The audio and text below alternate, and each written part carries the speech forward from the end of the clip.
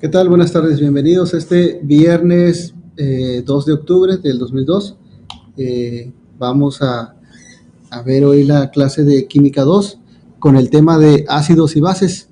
Mi nombre es Lenin Escobar Pérez, bienvenidos. Vamos a empezar con la introducción para poder desarrollar el tema. Y nos dice que los ácidos se encuentran presentes en cada parte de nuestras vidas, ya sea por motivos de salud, ambientales, que estos son los más conocidos. Entonces, dentro de nuestro entorno, pues conocemos diferentes tipos de ácidos, ya sea en medicamentos, en algunas sustancias que nosotros hemos visto durante el proceso de nuestra vida. Entonces, inicialmente los ácidos y las bases fueron reconocidos por sus propiedades más simples como el sabor. Entonces, de esta manera se clasificaba anteriormente como, por ejemplo, los ácidos son agrios y las bases son amargas. Entonces, era el concepto que se tenía. Entonces, posteriormente se observó que estas sustancias tienen la capacidad de cambiar el color de ciertos compuestos, como el tornasol y la fenolftaleína, entonces a las que se conoce como indicadores para que estos compuestos, como pueden observar en la imagen, que estos puedan cambiar de color. Entonces los químicos clasifican para dar sentido al mundo y conocer de manera sistemática. Una de las clasificaciones más importantes es la que divide a las sustancias en ácidos y bases, y más adelante vamos a ver cuál es esa clasificación o cómo se dividen los ácidos y las bases, así como su definición de cada uno de estos conceptos. Entonces, en el siglo XVII, Robert Boyle determinó que las sustancias con características ácidas tienen sabor agrio. Entonces, fue este personaje que tiende a provocar, que decía que estos ácidos tienden a provocar efervescencia al estar en contacto con los metales, siendo estos como el zinc, el aluminio, y que se colorean de papel rojo al papel tornasol. Entonces ellos fueron haciendo diferentes descubrimientos y los fueron clasificando pues en ese tiempo con la información que contaban. Entonces las bases tienen sabor amargo, son resbaladizas y colorean el papel tornasol de azul. Entonces, cuando ambas sustancias se ponen en contacto, anulan sus características, dando lugar a sustancias con un gusto salado. Entonces, de esa manera, ellos fueron pues, viendo los diferentes procesos para llevar a cabo esto, ¿no? Ahora, fue hasta finales del año 1800 cuando el científico sueco Sven Arrhenius propuso que los ácidos se disociaran en disolución acuosa para producir protones. ¿Que esto qué quiere decir? Que contengan cargas positivas. Entonces, un ejemplo es cuando se disuelve el ácido clorhídrico en agua. Cada molécula de este ácido transfiere un ion positivo a una molécula de agua. Entonces, aquí vemos el ejemplo de cómo esa cierta sustancia ácida gotea el ácido sobre el zinc y pues se produce ese burbujeo. Ahora bien, tenemos la siguiente pregunta que nos dice: ¿cómo medir la acidez en sustancias comunes? Pues muchas sustancias tienen la cualidad de ser ácidas, pero también debemos de saber qué tan ácidas son. Entonces, una manera de medir esta acidez, pues es mediante la determinación del pH, el cual está relacionada con la concentración de iones de hidrógeno en la disolución. Entonces, aquí tenemos en la siguiente imagen una escala, pues, donde cómo se mide lo que es el pH, esa acidez. Entonces, tenemos desde el valor 0 hasta el valor 14. Entonces, aquí tenemos algunos ejemplos de, por ejemplo, el limón, que tiene una acidez de 2. Aquí tenemos un tomate que tiene una acidez de 4. Tenemos aquí diferentes ejemplos, por ejemplo, el café, que tiene una acidez de 5. Pero aquí nos vamos, por ejemplo, a lo que es el ácido que tenemos nosotros en nuestro estómago, que tiene una acidez de 10, ya siendo un alcaloide. Pero haga algo importante, donde el valor de 7, que aquí tenemos una botella de agua, nos indica que el pH es neutro. Entonces el agua pues tiene la característica de neutralizar los ácidos, ¿no? O disolverlos, pero aquí en la escala podemos ver que el número 7 pues es un ácido neutro. Ahora bien, en el siguiente subtema nos dice que cuáles son esas reacciones ácido-base y cuáles son las formaciones de sales y su importancia. Entonces, las reacciones ácido-base son aquellas en las que se produce una sal.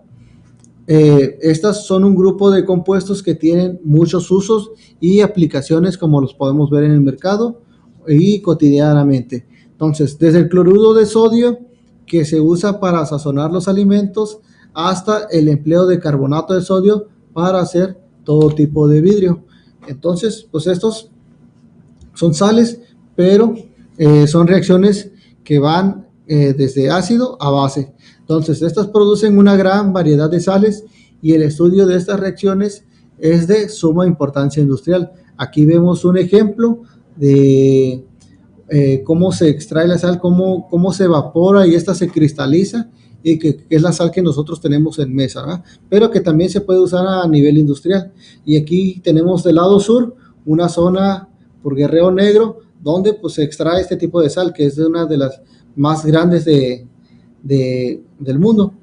Entonces tenemos esa oportunidad, o algunos han tenido esa oportunidad de poder visitar esos lugares y darse cuenta de cómo es su recolección de estas sustancias. Ahora, ¿cuáles son las causas y efectos de las lluvias ácidas? Nos dice aquí el siguiente subtema. Entonces, esto es algo muy importante para generar conciencia y tomar un papel ético y claro en la sociedad en la que vivimos, ya que debemos protegernos y proteger a los demás seres vivos, ya que esto pues trae consecuencias, ¿verdad? Ahora, cuando se queman combustibles fósiles que contienen azufre en fábricas, industrias metalúrgicas, calderas, centrales eléctricas, automóviles, pues todos estos pues van a liberar gases como lo que es el dióxido de azufre. Pues estos se elevan a la atmósfera y pues causan pues lluvias ácidas. Entonces aquí tenemos algunos ejemplos de algunas empresas metalúrgicas, aquí de la quema de combustibles fósiles, de petróleo. Aquí tenemos otros ejemplos de lo que es el carbono, de la quema de lo que es el metano, y pues todos estos pues van a causar efectos en nuestro medio ambiente, ¿verdad? Y pues también que nos van a afectar a nosotros como seres vivos. Ahora bien, también tenemos gases que se generan de manera natural en las erupciones volcánicas, pero este es un fenómeno esporádico que pasa de vez en cuando, pero que también pues puede generar lo que son lluvias ácidas, pero pues estas comparados a lo de las fábricas pues es menor. Aquí vemos el ejemplo de un volcán donde pues se van produciendo ese tipo de gases a la atmósfera. Tenemos también lo que es el óxido de azufre, que reacciona en la atmósfera con el radical hidroxilo y después con un oxígeno para dar trióxido de azufre. Y pues aquí tenemos la fórmula, que bien son ejemplos de lo que puede causar y pues dañar al ecosistema. Ahora, este compuesto reacciona con la humedad atmosférica o en superficies húmedas para dar lo que es el ácido sulfúrico. Entonces aquí vemos su representación química y nos dice que el otro gas que contribuye a la lluvia ácida es el dióxido de nitrógeno, que se forma en los automotores y en aviones donde se alcanzan las altas temperaturas. Después de en presencia del agua atmosférica, produce lo que es el ácido nítrico, y vemos aquí cómo son las reacciones cuando se juntan estos elementos y lo que produce pues este compuesto que es el ácido nítrico. Ahora bien, estos ácidos son transportados por los vientos y se precipitan con la lluvia, así que su distribución puede ser amplia, pues ya que esto ocurre en un lugar y pues la lluvia va y se deposita en otro. Entonces, al tener contacto con el agua de lo que son los lagos, los ríos y otras fuentes de agua, pues disminuye lo que es el pH, lo que dificulta el desarrollo de la vida acuática. particularmente con los anfibios, que son muy sensibles a este cambio y pues que pueden morir, ya que tienen una piel muy delgada. Y recuerden que su piel, pues en particular, pues es casi completamente de agua. Ahora, también daña los bosques y distribuye los microorganismos fijadores de nitrógeno.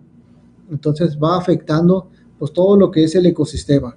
Esta lluvia también afecta a las construcciones, pues disuelve el carbonato de calcio que forma parte del mármol y de las piedras calizas. Aquí vemos un ejemplo de cómo las lluvias ácidas pues causan este tipo de fenómeno en los bosques. Aquí también vemos algunas esculturas de mármol y piedra caliza, donde cómo se va deteriorando causa y efecto de lo que son las lluvias ácidas. Pasamos al siguiente subtema, donde nos dice cuáles son las sales y su importancia. Entonces, la producción de diversas sales es muy importante en la industria y en nuestra salud. Algunos ejemplos son la producción de cloruro de sodio o la sal de mesa, que normalmente se obtiene por evaporación de agua de mar. Entonces, una vez que esta se evaporiza, estas sales se empiezan a cristalizar. Entonces, durante los siglos se empleó no solo para dar el sabor salado, sino también para conservar los alimentos, ya que pues antes no existía la refrigeración. Entonces, en el curtido de pieles fue muy utilizado y también se utiliza en extintores clase D, en los cuales el calor hace que el cloruro de sodio forme una costra para evitar que siga la reacción de combustión. Entonces, también se emplea como fijador en la tinción de textiles. También se utiliza en las clínicas, se utiliza también como solución salina intravenosa en casos de deshidratación. Entonces vemos que estas sales son muy importantes en nuestra vida, en nuestro uso diario, para nuestra salud y para poder procesar diferentes alimentos. Entonces, otro uso importante del cloruro de sodio es para obtener el carbonato de sodio, y vemos aquí su composición química. Este se emplea en la producción de jabón, detergentes, tintes, en la refinación del petróleo y lo que es para hacer vidrio. Entonces aquí vemos el ejemplo de algunos compuestos que nosotros conocemos como la vía suero oral. Entonces, a través de estos, pues tienen sodio y pues recupera los minerales que nosotros perdemos al hacer ejercicio, ¿verdad? O por problemas de salud, por deshidratación, pues los vamos perdiendo también. Pero pues estas sales vienen a cumplir su función y tienen diferentes composiciones químicas que nos ayudan, pero que también tenemos causas que, como la lluvia ácida, que pueden dañar a nuestro ecosistema por los daños colaterales que causamos por el uso de automóviles, la quema de combustibles fósiles que acabamos de mencionar, y pues son unos ejemplos que están en nuestra vida diaria, ¿verdad? Que están presentes. Entonces, con este tema le damos continuación al siguiente. Nos vemos en la próxima clase. Mi nombre es Lenin Escobar Pérez y fue un gusto estar con ustedes. Hasta luego.